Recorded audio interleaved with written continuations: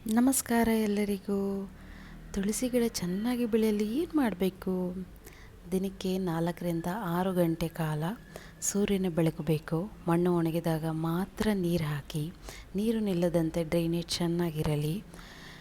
ಇದಕ್ಕೆ ಒಂದು ಮ್ಯಾಜಿಕ್ ನೈಸರ್ಗಿಕ ಗೊಬ್ಬರ ಇದೆ, ಅದೇ ಚಹಾದ ಪುಡಿ. ಬಳಸಿದ ಚಹಾ ಪುಡಿಯನ್ನು ಚೆನ್ನಾಗಿ ತೊಳೆದು ಅದನ್ನು ಒಣಗಿಸಿ 15 ದಿನಕ್ಕೊಮ್ಮೆ ಸ್ವಲ್ಪ ಪ್ರಮಾಣದಲ್ಲಿ ಮಣ್ಣಿಗೆ ಹಾಕಿದ್ರೆ ಸಾಕು. ಸೊ ಚಹಾ ಪುಡಿಯನ್ನು ನೇರವಾಗಿ ಜಾಸ್ತಿ ಹಾಕಕ್ಕೆ ಹೋಗ್ಬೇಡಿ, ಮಣ್ಣಿನ ಜೊತೆ ಮಿಕ್ಸ್ ಮಾಡಿ ಹಾಕಿದರೂ ಉತ್ತಮ.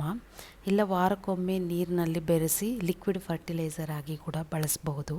ಇದು ಮಣ್ಣಿನ ನ್ಯೂಟ್ರಿಯೆಂಟ್ಸ್ ಹೆಚ್ಚುತ್ತದೆ, ಗ್ರೋತ್ ಇಂಪ್ರೂವ್ ಮಾಡುತ್ತದೆ. ದುರ್ವಾಸನೆ ಬಾರದಂತೆ ಒಣಗಿದ ನಂತರವೇ ಬಳಸಿ. ಇಲ್ಲ ಅಂದರೂ ಫ್ರೆಶ್ ಆಗಿರುವಂಥ ಟೀ ಪೌಡರ್ನ ಉಪಯೋಗಿಸ್ಬೋದು. ಗಿಡ ಬೇಗ ಬೆಳೆಯುತ್ತೆ, ಎಲೆಗಳು ಹಸಿರಾಗಿ ಮತ್ತು ದಟ್ಟವಾಗಿರುತ್ತೆ, ಗಿಡ ಆರೋಗ್ಯಕರವಾಗಿ ಕೂಡ ಇರುತ್ತೆ.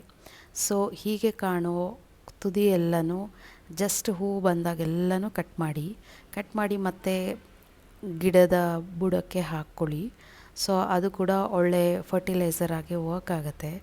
ಸೊ ನಾವಿಲ್ಲಿ ಬಳಸ್ತಾ ಇರೋದು ಚಹಾದ ಪುಡಿ. ಸೊ ಚಹಾದ ಪುಡಿ ಏನಕ್ಕೆ ಬಳಸ್ತೀವಿ ಅಂದರೆ, ಇದು ನೈಸರ್ಗಿಕ ಗೊಬ್ಬರ.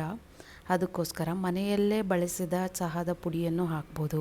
ಇಲ್ಲಾಂದರೆ ಫ್ರೆಶ್ ಪೌಡರ್ ಕೂಡ ನೀವು ಯೂಸ್ ಮಾಡ್ಬೋದು.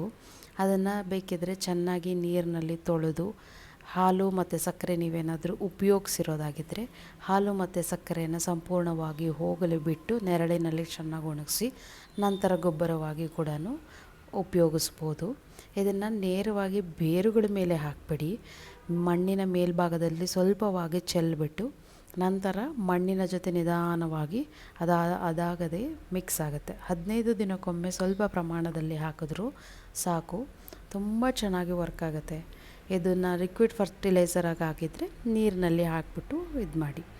ನಿಮಗೆ ಈ ಟಿಪ್ ಇಷ್ಟ ಆಗಿದ್ದರೆ ನನಗೆ ತಿಳಿಸಿ ಹೇಳಿ. ಇಲ್ಲ ಬೇರೆ ಗೊಬ್ಬರವನ್ನು ನೀವು ಯೂಸ್ ಮಾಡ್ತಾಯಿದ್ರೂ ನನಗೆ ತಿಳಿಸಿ ಹೇಳಿ. ನಿಮ್ಮ ನೆಚ್ಚಿನ ಕನ್ನಡತಿ ನಿರ್ಮಲಾ ಮಂಜುನಾಥ್. ಶುಭೋದಯ.